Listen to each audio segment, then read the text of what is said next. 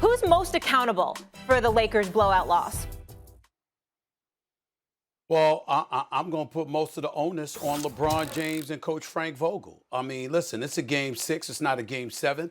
It's not the end. You know, you don't write the epitaph of LeBron James because of this, because there is a game 6, rather, because this was game 5. There is a game 6, potentially a game 7. So it's not over. But you knew what was stacked against you, particularly with Anthony Davis out. And here you are, you show up. And I know that you made passes and guys weren't shooting open shots. I get all of that. Other times they were missing. And I'll let Max get into all of that because there were a few people on the Los Angeles Lakers that were pathetic. They were soft. They were weak. They came across as a team that conceded the game pretty much minutes into it. But LeBron's the leader. And guess what? He didn't look much better. So I'm going to put that on him because it's not just about you scoring your points or whatever. It's you galvanizing the troops and leading in the way that you're supposed to. He didn't do that last night. But the big onus, a bigger onus to me, falls on Coach Frank Vogel. See, it's moments like this where you get reminded that Frank Vogel wasn't their first choice. He really wasn't their second choice. It's just that because of somewhat of a checkered past against Jason Kidd, he couldn't be the guy that was hired to be the head coach of the Los Angeles Lakers. Because I'm here to tell you as a point of fact that Jeannie Buss wanted Jason Kidd to be the head coach of the Los Angeles Lakers, which is why everybody was contemplating, how long is Frank Vogel going to be there? But props to Frank Vogel, who came in and won the chip last year and had them ready to play in the bubble. But last night, Mr. Vogel, Coach Vogel, where the hell was your defense? I mean, we saw guys running layup lines. We saw guys shooting uncontested, wide open three-point shots. We saw them pushing the ball up the floor and guys not getting back. We saw you put forth a starting 5 last night that hadn't started together all season long, if I remember correctly.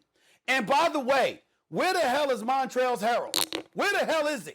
Okay? Because it's just inexcusable that you haven't found a way to use this dude who's the 6th man of the year. You brought him there. I understand that Andre Drummond is a bigger body. He can play. He was serviceable with his 13 rebounds, 4 offensive.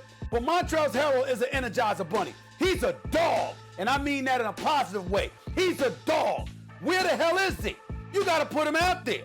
You know Anthony Davis is not reliable. Now, I'm not going to disrespect Anthony Davis because if you injured, you injured. And he's got multiple injuries to the same leg, Max, and I get that. But damn, you got Charles Barkley on the air. I mean, if ever there was a time Charles Barkley was hilarious and made you fall out of your chair, it was last night when he called Anthony Davis street clothes. Yeah, pull up we have his injury history for this season, if we can pull that up. I mean, that was just hilarious, okay? And I ain't knocking, I don't like to chide Anthony Davis, because you injured, and I respect that. But the bottom line is, he's an injury-prone player. You know this, Frank Vogel. How in the hell do you not prepare the Los Angeles Lakers, particularly your front line, to be able to play without Anthony Davis, at least defensively, at least when it comes to rebounding, at least when it comes to having some kind of interior presence? That's on Frank Vogel.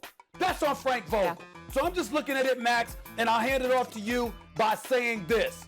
LeBron James, listen, it's on the line. I don't want to hear no damn GOAT conversations. It was never an issue with me. I don't want to hear. You better show up in game 6 and be not just a great player we know you to be, somebody who's worthy of being on a Mount Rushmore. You better galvanize these troops and get these boys ready because your teammates look soft. They look weak. Last night, they just got straight pumped. You down by 30 in the first half. Let's get Max in here. That's what happened. The person most responsible for the loss, and it took a lot of people to have a loss like that. Like, you could say whatever you want. I don't know what happened in the second half of that game. Anyone watching the second half of that game? Everyone was watching Denver and Portland. 20 down, 27 down, 30 points at the half. Get out of here. The person most responsible for the loss is Dennis Schroder. That's the person most responsible. And I don't want to hear, Stephen A., the particulars about what role needs to be filled now that AD's not playing. It's much simpler than that. Your best player is LeBron. He was able to play. Your second best player is AD. He couldn't go. Your third best player is Dennis Schroder. Dennis Schroder turned down $84 million because he wants $100 million. He's the third best player on the team. He has to step up and be the second best player. The big question was, okay, Schroder's better than Rondo in the regular season. We're not in the regular season now. We're in the playoffs, and there's playoff Rondo. What's playoff Schroder look like? There's no such thing as playoff Schroder, apparently. Stephen A., here are the numbers from Schroder last night. 0 for 9 shooting, 0 for 4 from 3. He had 1 assist and no points. When you needed this dude to step up, he had 0 points. Not in the first quarter, saying in the game, 0 points. The first Laker to go scoreless in a playoff game while shooting 9+ shots since the franchise moved to LA. So you can talk to me about Montrezl Harrell and Andre Drummond and how coach should have used them and LeBron not stepping up enough and everything else.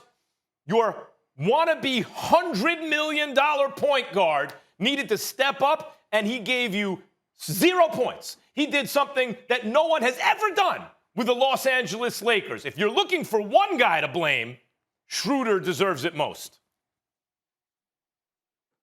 Please, no disrespect, Max. You're not wrong. I'm not trying to imply that you're wrong with what you're saying about Schroder himself and his pathetic, weak, impotent performance. You're absolutely right. But it's an absolute joke if you acting like he the cause of what the hell happened last night. You could have a bad game like that from Schroder and still be a bit more respectable. Understand that we're not here talking about how the Lakers lost a game. If we just talked about how they lost Game 5, we dissect how they lost Game 5. All right, you roll back to the Staples Center for Game 6. This conversation is about a beatdown that took place in Phoenix. A straight-up beatdown. They got punked, yo. I mean, these brothers rolled up on the court. Phoenix said, get the hell out of the state.